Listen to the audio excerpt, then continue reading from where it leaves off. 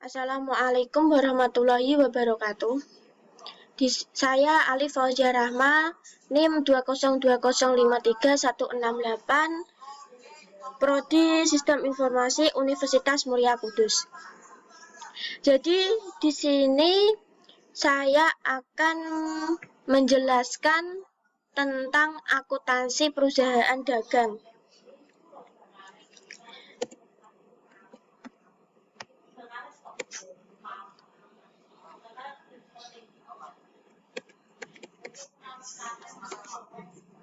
Jadi definisi perusahaan dagang adalah perusahaan yang membeli barang untuk tujuan menjualnya kembali tanpa mengubah bentuk atau sifat barang secara berarti.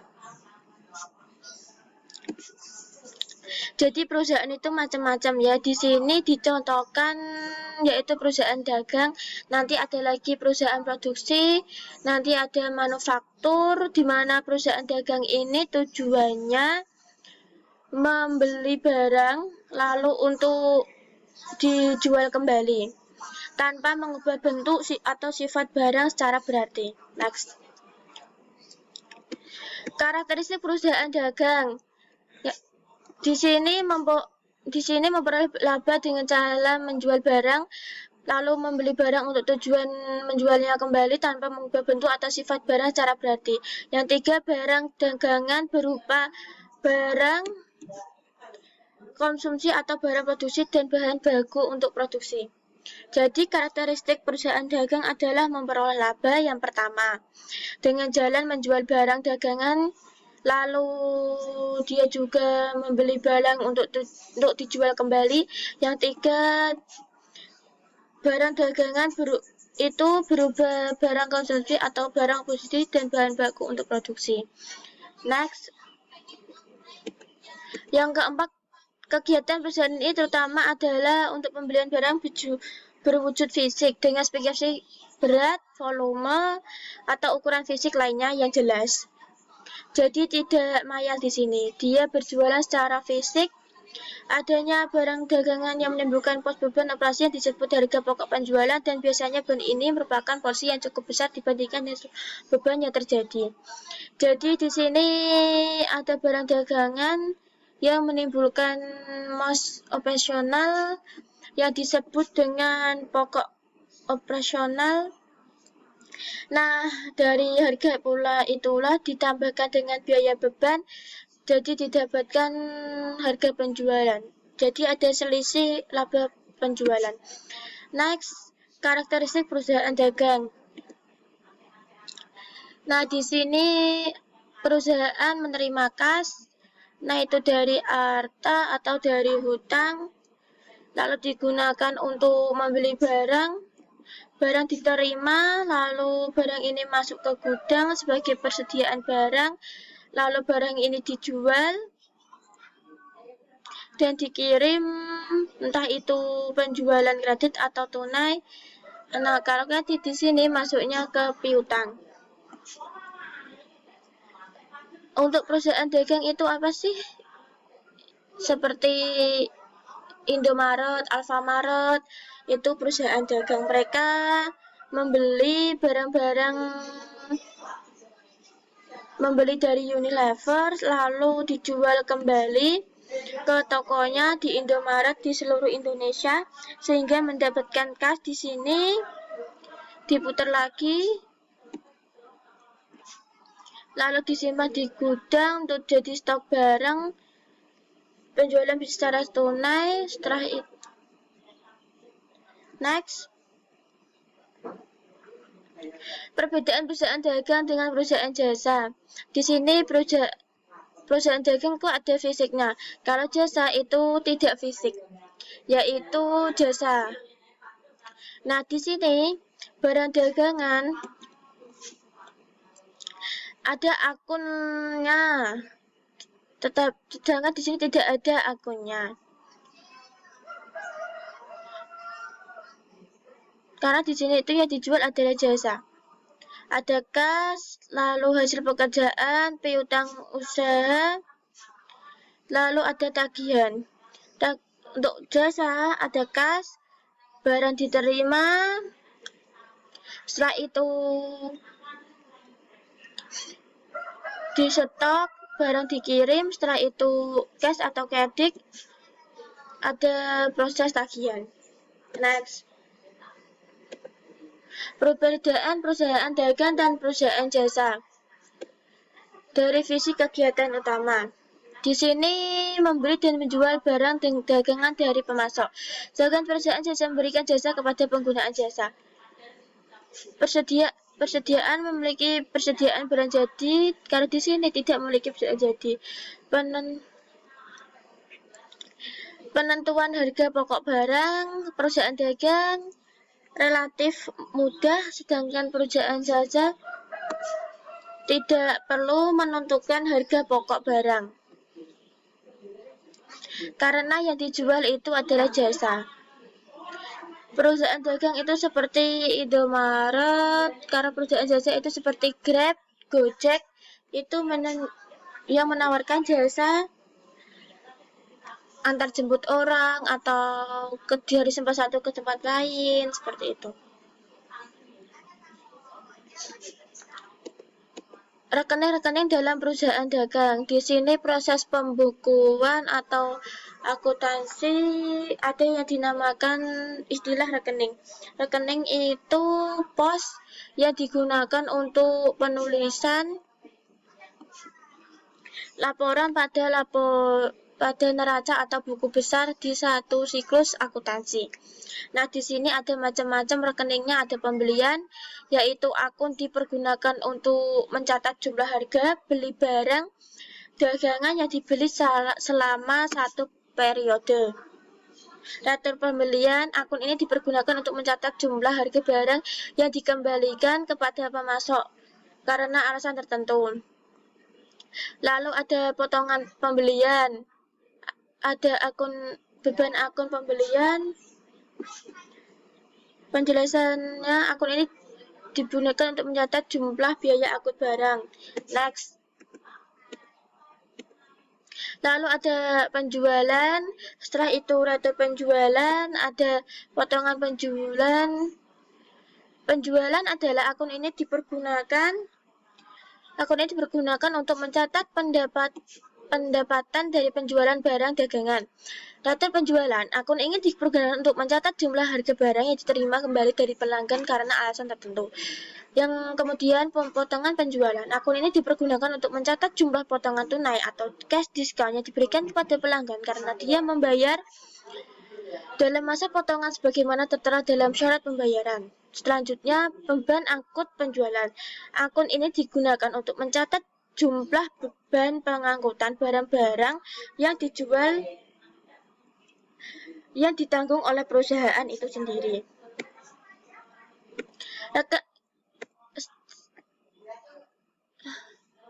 Selanjutnya ada utang dagang dan piutang dagang.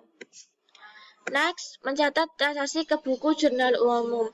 Nah, ini contoh transaksi dari yang pernah kita buat ya, bersamaan akuntansi lalu ditulis lagi ke dalam bentuk jurnal umum. Nah, di sini ada contoh proses penjualan tunai, mendapat transaksi debit, yang di sini kredit.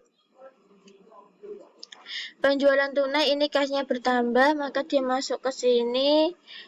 Kalau penjualannya berkurang, masuk di sini. Di sini rater penjualan di debit, kalau piutang di kredit. Kalau potongan penjualan cashnya bertambah, potongan penjualan bertambah, piutang dagangnya berkurang.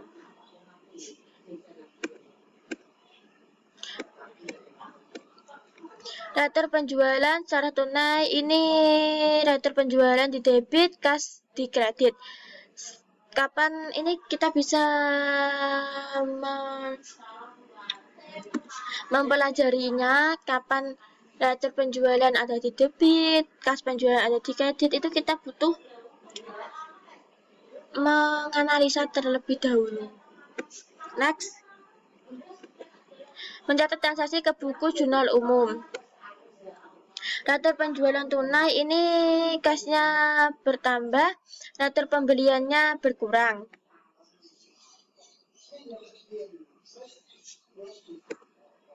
Next, itu pelunasan utang dagang, penyetoran uang tunai dan barang dagangan ke modal. Setelah itu pengambilan barang dagang untuk kepentingan pribadi. Di sini ada pref dan persediaan dagang. Di sini prefnya debit, sedangkan persediaannya kredit.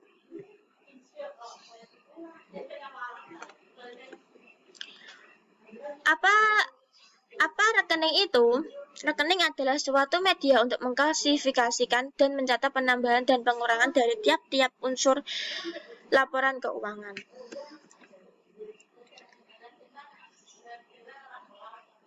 Sedangkan wujudnya itu seperti apa?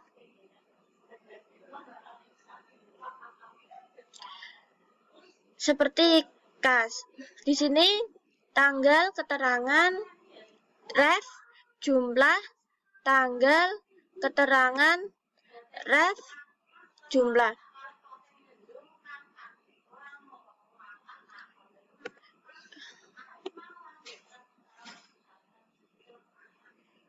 Misalnya jumlah di sini 500.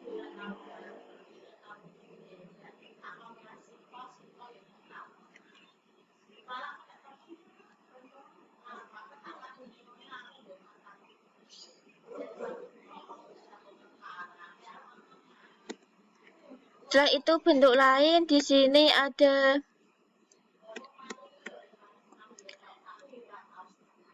1000 dan 5000 ini adalah debit. Di sini kredit.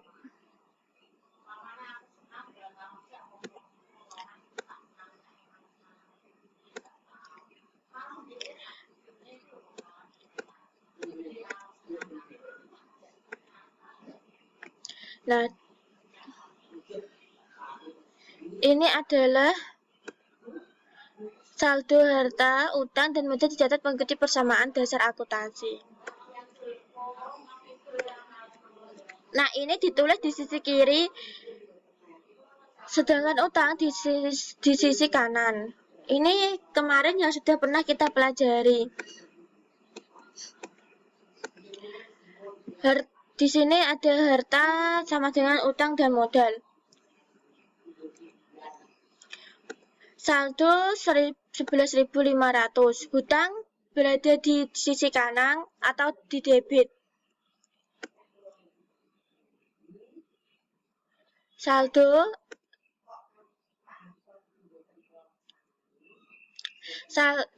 harta diletakkan pada sisi kiri sesuai letak harta di persamaan akuntansi.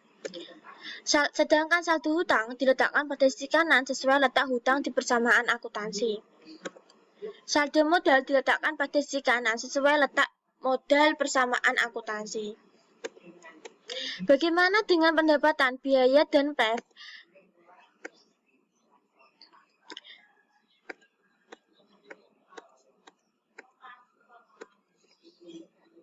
Jadi pendapatan adalah menambah modal. Jadi berada di sisi kanan. Sedangkan biaya mengurangi modal berarti berada di sisi kanan. Di sisi kiri. Sedangkan pref ini adalah penarikan pribadi. Jadi itu sama seperti biaya mengurangi modal berarti berada di sisi kiri. Bagaimana jika ada transaksi?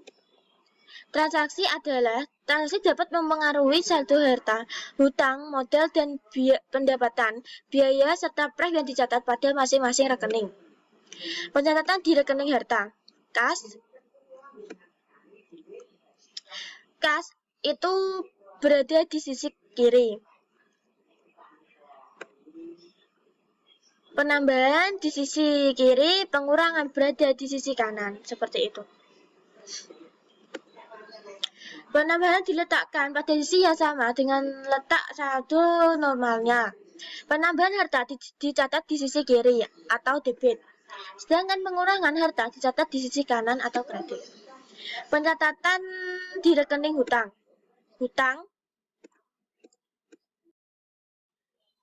Selanjutnya pencatatan di rekening hutang.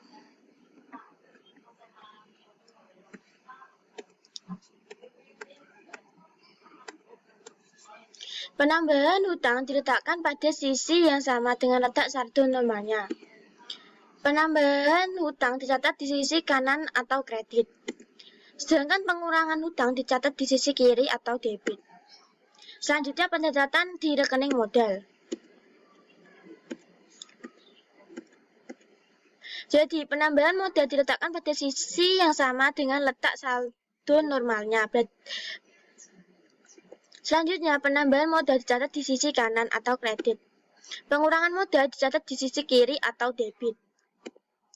Kesimpulan. Mencatat di sisi debit belum tentu merupakan penambahan. Mencatat di sisi kredit belum tentu juga merupakan pengurangan. Mencatat di sisi debit rekening disebut pendebitan. Mencatat di sisi kredit rekening disebut pengkreditan. Pedoman penggunaan akun.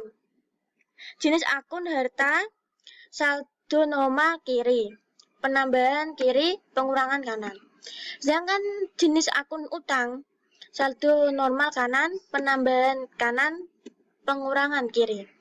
Jenis akun modal, saldo normal kanan, penambahan kanan, pengurangan kiri.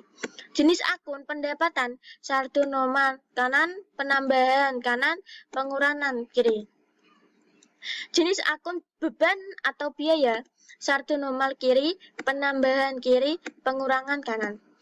Pref, saldo normal kiri, penambahan kiri, pengurangan kanan. Selanjutnya, harta, saldo normal debit, penambahan debit, pengurangan kredit. Jenis akun hutang, saldo normal kredit, penambahan kredit, pengurangan debit. Jenis akun modal, saldo normal kredit, penambahan kredit, pengurangan debit. Jenis akun pendapatan, saldo normal kredit, penambahan kredit, pengurangan debit. Jenis akun beban atau biaya, saldo normal debit, penambahan debit, pengurangan kredit. Yang terakhir, pref atau penarikan pribadi, jumlah normal, saldo normal debit, penambahan debit, pengurangan kredit. Perkiraan atau rekening.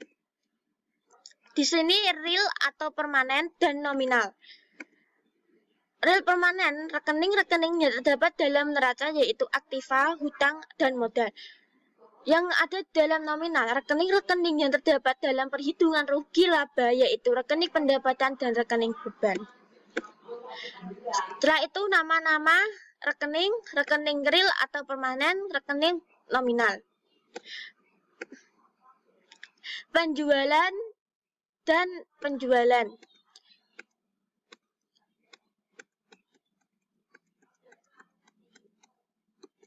Di sini kas sama dengan kas, hutang sewa dengan hutang sewa, beban iklan dengan beban iklan. Modal berada di rekening real atau permanen. Piutang dagang berada di rekening real atau permanen. Jadi yang ada di rekening nominal hanya penjualan dan beban iklan. Misalkan, bagian rekening atau perkiraan merupakan daftar lengkap dari rekening-rekening yang dipakai oleh suatu perusahaan dengan penggolongan tertentu menurut unsur laporan keuangan. Di sini ada PT ABC nomor 1 aktiva, yaitu aktiva lancar, kas, piutang, persediaan, aktiva tidak lancar, aktiva tetap, akumulasi penyusutan, dan investasi. Bagian rekening seperti hutang lancar, hutang gaji, hutang operasional lainnya, hutang tidak lancar, hutang bank, hutang obligasi, ekuitas, dan modal disetor. Terima kasih. Sekian penjelasan dari saya mengenai akuntansi perusahaan dagang. Kurang lebihnya mohon dimaafkan. Wassalamualaikum warahmatullahi wabarakatuh.